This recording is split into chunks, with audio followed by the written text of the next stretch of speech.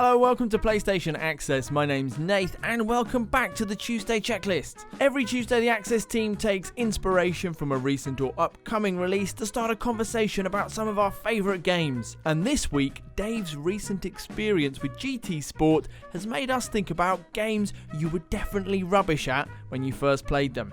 Right, when I was growing up, there were two things that I wanted to be, a rock star or a racing driver. Now, it hasn't happened yet in either sense, but worse than that, what has happened to me is the GT series, the Real Driving Simulator.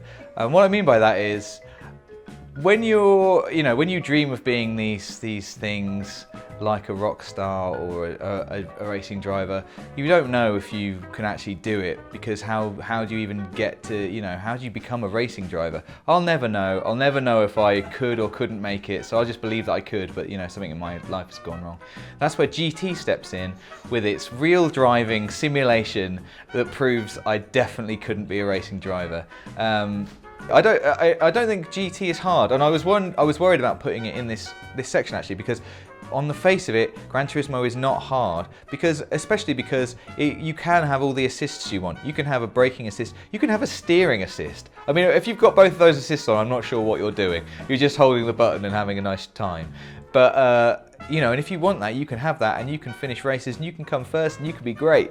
But what it does is, it also lets you take away all of that. It gives you a real world example of driving a fast car without any of those things, where you have to know the braking point, you have to know how fast your car is going and what gear it's in, what gear you need to be in for this corner, where the braking point is, where the turning point is, where the apex is, do I need to be coming in wide here or whatever, or narrow, and am I braking before the corner? I guess that's what they always say you should do. I'm sure I could be a lot better. The thing is, it's about practice, it's about knowing the tracks, it's about repetition and learning from your mistakes and trying again. But I don't want to do any of that. I just want the F1 lifestyle, but without any of the hard work. I can't see me going on a diet either, I just want to be in Monaco, sipping champagne and then taking out one of the fastest cars in the world around the street circuit. And if I crash, it doesn't matter. We'll buy another one. I've been playing Elite Dangerous recently. It's a game I've had my eye on for ages. I was really, really excited because I love space. Space is really exciting, and I thought, another game where I can go in a spaceship and just fly around a massive universe, galaxy thing. There's like 400 billion star systems in it or something ridiculous.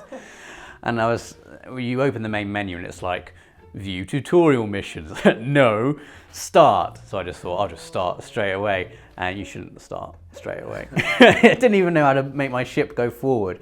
So I went into the tutorial missions and expecting to just breeze through them and just find out how to play the game. The tutorial missions are really, really difficult as well. Not difficult, but there's lots to learn in Elite Dangerous. You can't just hold down accelerate and have your ship go and then hold down the super fast hyperdrive button. That doesn't happen.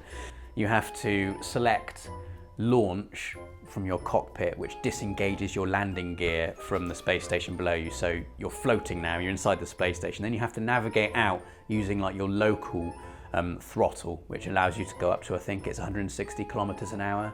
So you then select your location. It's called Azeban City, which is a little satellite orbiting the planet of Azeban.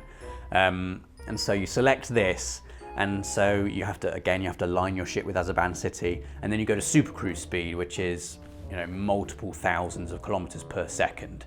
So fast enough to get across a solar system without it taking a ridiculous amount of time. But then the tricky bit is when you have to actually dock with the city, because of course this city is just this, on a cosmic scale, it's a speck of dust orbiting a planet. And the planet is obviously rotating and the city is orbiting around the planet. And so you have to make sure you're completely aligned with it. And you have to also make sure that you slow down enough so that when you get to the city, you don't just shoot past it. But if you drop out of hyperspace of supercruise speed too quickly, it would be far enough away that it would take like years to get there. If you see what I'm saying, there's a very specific window that you have to drop out of supercruise speed, so that you're right outside the city and you can navigate there just on local speed. And it took me maybe about 10 goes to do it. And the computer voice that is your tutorial on the 5th go has a message which is like, really, Commander? We've been through this. You've dropped out too soon. Oh, no, that was too late that time. So the amount of times I'd be like, okay, you've got like a tiny little blue dot on your radar and you've got to get your speed within that little window and the distance within another little blue window.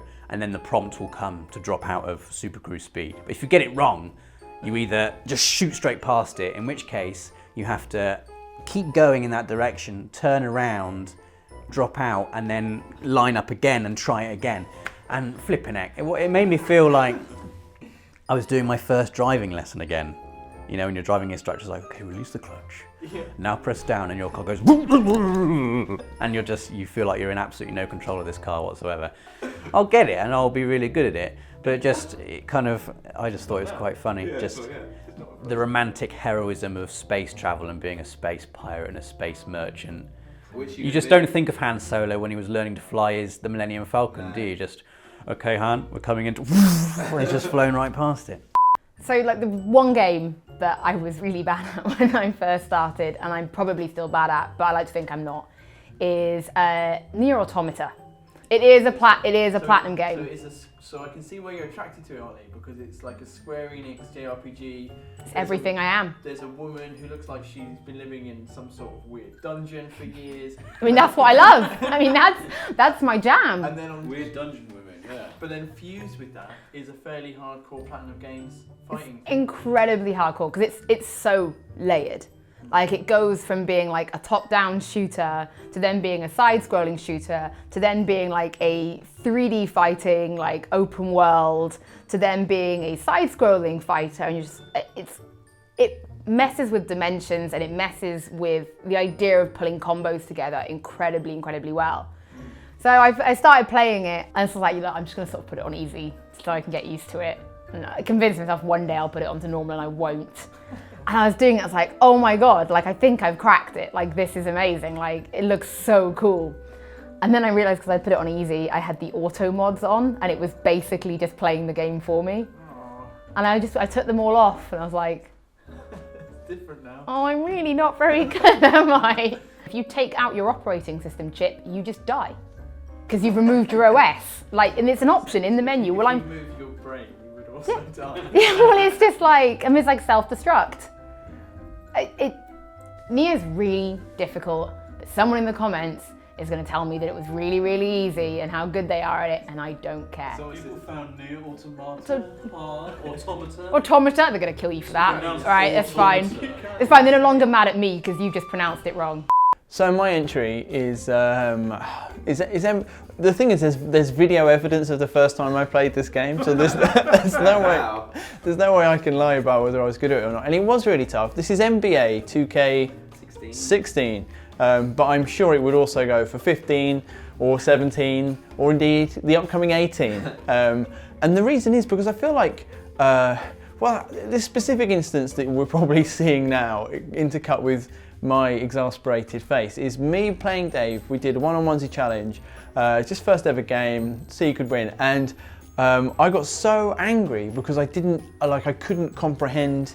I feel like there was a huge gap in my knowledge of what actual basketball was about, right? And I'm just getting really angry because the men I know they're big, strong men, and I know that they can shoot into the basket to make the points happen, and I just couldn't figure out how to do it. And I think that the wider problem is, and it goes with FIFA or NHL as well, and definitely if I ever went near it, MLB The Show for baseball, that sports games these days are so close to the actual sport that a working knowledge of how that sport happens is probably essential to not chewing a pad into when you're trying to play the game against Dave. So unless I actually want to learn an entire sport, which I've learned, my head is basically full of the rules of cricket at this stage. There's no space for more rules. then I don't think I'm ever going to be good at an NBA game, which is a shame because I hear they're fantastic. They just make me want to like burn things. I know a bit about it, but I know just enough to know, it's like with Madden and NHL, I played them when I was a kid. I know just enough to know that I don't really know that much. The stupid thing is, right, I've always felt openly contemptuous, really, of like American sports because they're rubbish and only Americans play them, and I didn't care about them. So like, I like sports in general, like rugby. We'll watch real football, and cricket's great as well. I could probably even watch golf. Like I watch snooker. That's like nothing happens in snooker. Snooker's great. It's not athletic though, is it? It's brilliant to watch. I will watch almost anything. American sports I never cared, and now there are video games good enough that they are making me want to understand these sports, and it's too late. Like I've missed that boat, I can't do it. Okay, another game that I was very, very bad at when I first played it was Vagrant Story back on the PS1, which is an action role-playing game, and it is my number 3 all-time favourite game that I've ever played ever. Absolutely love it. Number 3. I don't know why that's made me laugh. Why? Is that made you laugh? Number 3, yeah. Is it Metal Gear 2 and Final Fantasy 7. Metal Gear 2? I don't know. I thought you liked that. 3. He likes 3. No, Metal Gear Solid, Final Fantasy 7, Vagrant Story. Because I played Final Fantasy 8 and Final Fantasy 7 by the time Vagrant Story came out, I was like, oh, I know what I'm doing with these kind of games. And it's got this combat system which is quite strange, where you draw your weapon, you press circle, and you have this target sphere, and the action pauses, and you can select specific parts of the enemy you want to target, like head, arm, and if you attack their arm, it might weaken their shield, which gives them less defense. I remember when I got to the first boss, and I targeted its head, I think, and that always does the most damage, and it gives you a little number and a percentage. The number is how much damage the game predicts your attack's going to do, and the percentage is your chance of actually connecting the hit. And I remember it just said 79% chance of hitting, 0 damage. So why is it 0 damage? And with the first couple of bosses in the game, I just hacked my way through, just going 1, 1, 1, just with no kind of understanding of why I couldn't do damage to these bosses. And as you progress further through, you get more complicated types of enemies, and I was finding that my weapons were doing 0 damage to these things as well. And it's then that you realise, and I had to start the game again because I was too far into the game and I'd not done it properly. And it's the weapon customization system in Vagrant Story is so deep, and each enemy has like weaknesses to specific types of weapons, so blunt, piercing, or elements like fire, water, earth, and then also the type of enemy they are. So you could have a phantom, a dragon, an evil enemy, or a golem or something like that. And each blade has specific affinities, and each kind of hilt has specific affinities, and you have to break weapons apart and infuse them with magic and attach gems to them which maybe boost their effectiveness against a certain type, and then fix them together. And you can just spend hours. Like the thing you'll do most in Vagrant Story is you'll be in the workshop just making weapons, just breaking weapons, seeing what the blades are good against, and then just fixing them onto other blades until you've got a weapon that can actually beat the bosses. So another game that I found really tricky when I first played it is one that probably Nathan's already making the face. No one in the office had heard of until I started playing it, and it's called Birthdays the Beginning. Okay, now Birthdays are a beginning. Now it's from, I think it's the producer or the director of Harvest Moon. It's about life and creating life. So it starts with the primordial ooze. And like as you manipulate the world around it, then from the primordial ooze becomes like plankton. And then from there you can grow zooplankton. And then from there something might crawl out of the primordial soup. And then like different types of and then bracken will appear. So is it possible, because you said it's tough, is it possible to just play the game and just have like a puddle for the whole Yes, which I discovered because the game was like, oh, for like this fish to evolve from this zooplankton, you need this really specific type of zooplankton, which I couldn't get because my other planktons weren't doing their thing. And like this particular zooplankton needed the earth or the temperature of my earth to be like between these certain degrees. Right. And like what happens is every time something's about to die, like obviously a species is about to die out, the game makes this really like sad noise. And I'm just going, and then it's like, yeah, and then it grew and it was like, oh, but now it's dead again. And then like, oh, but they've grown again. Oh, they're dead again. And I'm just like, why won't the plankton grow? Like, when I bought sea monkeys. it's just like there's like little sea monkey things floating around as well. It's great. And I just so frustrated. Like I kept building bigger mountains or making the ocean deeper, and I just this plankton wouldn't grow. It was really, really tricky because I quite like me a sim builder. Like, because I'm playing Avon Colony now. Like, I like stuff like that.